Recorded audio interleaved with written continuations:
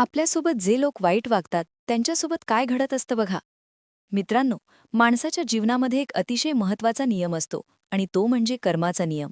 या जगात प्रत्येक माणूस काही ना काही कर्म करत असतो. कोणीतरी चांगले कर्म करतो तर कोणीतरी वाईट कर्म करतो. पण या विश्वाचा एक अटळ नियम असा आहे की प्रत्येक कर्माचे फळ माणसाला कधीतरी भोगावेच लागते. कधी ते फळ लगेच मिळते तर कधी त्यासाठी थोडा वेळ लागतो. परंतु कर्माचे परिणाम टाळणे कोणालाही शक्य नसते. म्हणूनच आपल्यासोबत कोणी वाईट वागले तरी आपण त्यांच्याबद्दल द्वेष ठेवण्यापेक्षा स्वतःची कर्मे चांगली ठेवण्याचा प्रयत्न केला पाहिजे.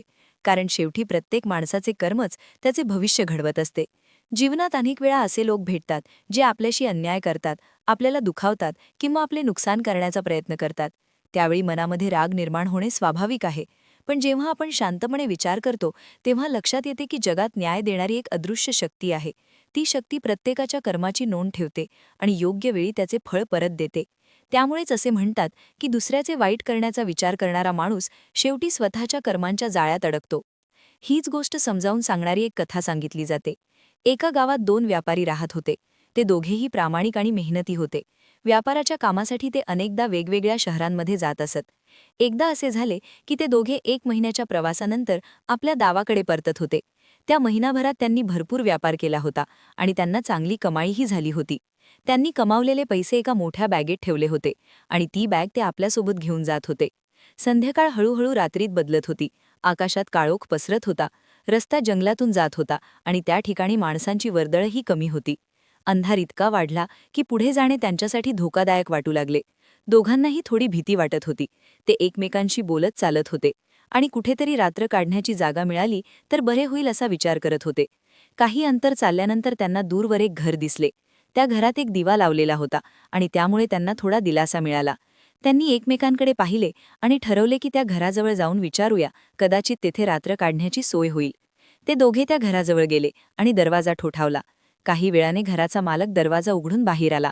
व्यापाऱ्यांनी त्याला नम्रपणे सांगितले की ते दूरवरून आले आहेत, रात्र झाली आहे आणि अंधारात पुढे जाणे सुरक्षित नाही. त्यामुळे जर परवानगी दिली तर ते एक रात्र त्या घरात राहू इच्छितात. घरमालकाने त्यांचे बोलणे ऐकले आणि काही क्षण विचार केला. वरवर पाहता तो शांत आणि साधा माणूस वाटत होता. त्याने त्यांना आत येण्याची परवानगी दिली.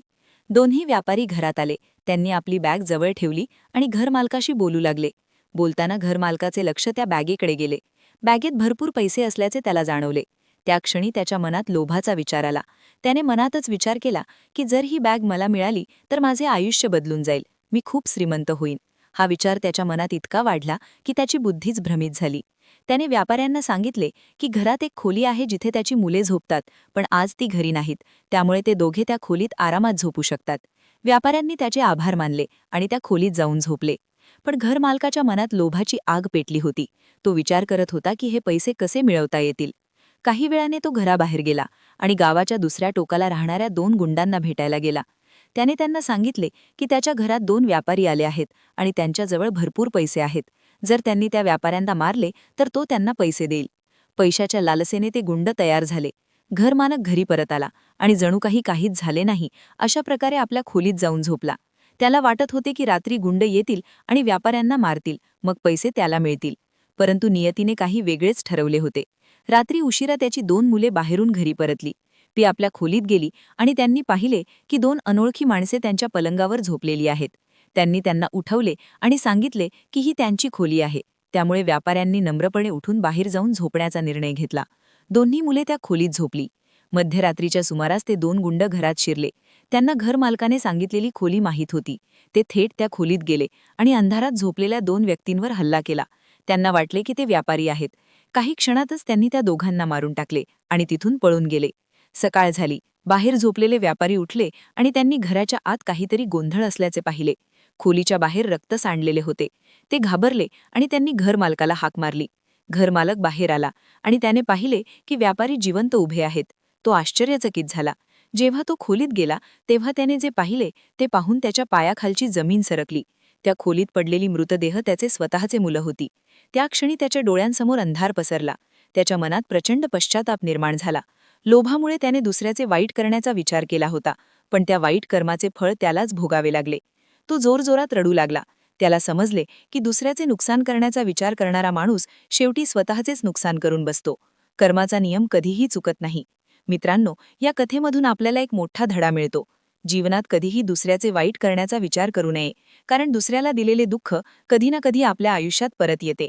आपले प्रत्येक कर्म आपले भविष्यातील मार्ग तयार करत असते.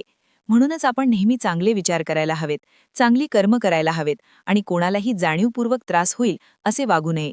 कारण शेवटी जगात एकच नियम कायम चालतो. माणूस जे पेरतो तेच उगवते आणि कर्माच्या शेतात पेरलेले बी कधी ना कधी उगवणारच असते.